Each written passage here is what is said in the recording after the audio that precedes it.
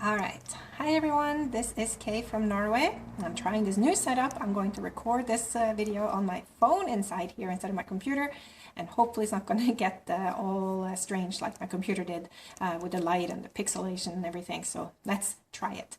I went out on a little thrift run yesterday. It was great. I hadn't been out in a long time, so it felt so good. You know how that feeling is when it has been a while. And I also going to show you a couple of things from a previous run that I did. And I just decided to do sort of a category today. And that is metal. I wanted to show you some of the metal things that I've gotten. As you know, I love glass. I've been showing a lot of glass things, but I also like various metals. So today, that's what that's going to be about. And I'm going to show you a lot of pewter, because there's a lot of pewter to be found here. There's a lot of Scandinavian pewter. There's a lot of Norwegian pewter. I have found a lot of Scandinavian, Norwegian pewter in American thrift stores. So pewter is something you can find. Pewter in Norwegian is called tin, T-I-N-N. So that is often what you will see on the back of various pewter items. Pewter is an alloy, and most of it is tin actually, and then there's some copper. Some of the older tin pieces, there's also lead, but most of it, like, I don't know, vast majority, 80% or something, is tin. The first thing I found that I wanted to show you are these very, very nice, if you can see these, very, very nice sort of salad serving dishes. And the key to picking up very nice pewter, I think, vintage pewter, is to pick up stuff that looks like it could still be modern today. There's a lot of sort of kitschy looking pewter that was more meant for a mass produced type thing, and tourists and everything back in the day. But if you can find the things that look a little more symmetrical and geometric and yeah, kind of like this, you can make some good money on that. This one I really like. I'm going to keep it before I sell it. I found it in the cutlery bin. In the cutlery bin, it's typically about 5 kroners, so you know, it's like, I don't know, about 50 or 60 cents a piece, so that was a good deal. Then I also found this one I found yesterday, another pewter spoon. This is kind of modeled after sort of the old sort of medieval, even Viking type shapes of spoons. Also pewter in Norway. It has a nice maker's mark on the back, but also about 50-60 cents. And then this one I really like, and I have found this kind in America as well. Let's see if you can see that. That is something called kongetin, or king's pewter. And I showed you this, I think, last year in a haul video. I'd found a whole bunch of this all taped up in a bundle in my antique mall, and it was like $5 or something. And I ended up selling a lot of it online. This is a very popular pattern. It shows this Viking ship here, Holy Olaf, we call him, and Saint Olaf in English. And yeah, this is a very, very popular pattern, and people collect it both for its flatware and for all kinds of accessory dishes like cheese slicers and cake servers and nutcrackers, which I also needed, so I am going to use these first. 15 kroners, about $2 for this. Really nice and heavy pewter. And then staying with the pewter theme, I have 2 things else that I want to show you that are a little bit bigger. I feel like the lighting here is really bizarre. I might probably having a very strange shadows everywhere. Are containers that have lids. Bowls and everything are nice too, but if you can find something that have a lid, oh, you're guaranteed a sale, I think.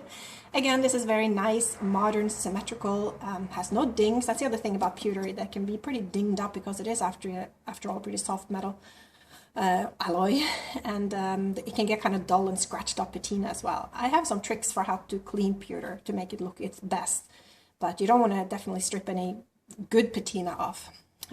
No dings and no big scratches. Inside it's felt, so it's sort of a little jewelry trinket box thing. Inside was actually a whole bunch of photo memory cards and pictures and everything, and I was kind of thinking, photo memory cards, that might be good, and then I got worried about viruses. I asked some people about that, and they said to reformat them, which I don't really know what that means. I have to figure out what that means. So it might be a good bonus, who knows. Anyway, back to this. This is about $3. Excellent little find, and I think that's going to do really well, both in an antique booth or online even as well. Going with that theme again, and I pick up these every time I go to Norway, and I find them because I sell them.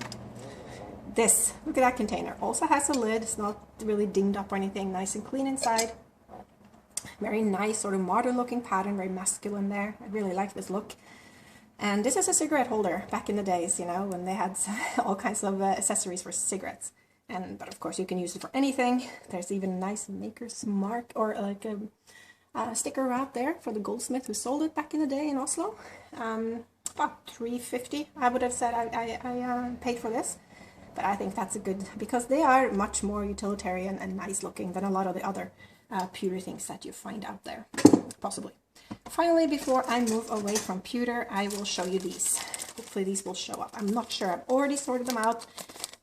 And what they are pewter buttons. And also have some little clasps. And what they are for people who knit, and all these Scandinavian, Norwegian traditional sweaters and cardigans, and they all have these pewter buttons on them, and they can be expensive, especially this particular style or design or anything. Some of the older ones are better. A couple of these actually even have the maker's name on the back, and that's even better. They are for a very specific shirt actually, and those are really, really good. I found those a little while ago actually, but I wanted to include what to look for in a tin full of buttons, and I just sorted all the pewter buttons out. There were several, like you saw, in different designs and all kinds, and then my daughter plays with all the other ones for her crafts. But pewter buttons, very, very small, very, very lightweight. They can sell for really good money, easy ship, easy store, easy everything. So pewter. Alright, so moving away from pewter, I will probably make, like I said, another video about pewter later. Remind me. I will show you what I got yesterday, and I posted this on my Facebook page. Look at this gorgeous guy. Oh, he's so nice. And not just that, I have his buddy. Okay, so one of you guessed right. It was a bookend, and they're super heavy, and they're gorgeous, and they're brass, and they're old. They have these scrolls here. They have old screws underneath. And I'd actually looked at these a while. I'd seen them a couple of times when I went to this little mission store, and I've been like, no, don't do it. They're a little expensive. They were priced individually. They're heavy. I don't really need it. But then I was talking to her yesterday, and she said, you can have them both for that price. So I paid about $7 for both of them. I thought $7 a piece was a little high, you know, but $7 for both. That was really nice. And, you know, it's owls. I love owls. Bookends, very popular. Old, good patina. Yeah, I had to do it. So nice brass bookends. I'm not sure how I'm going to pack those to go home, because they're definitely coming home with me. And then I will go over to more noble metals, and that is silver.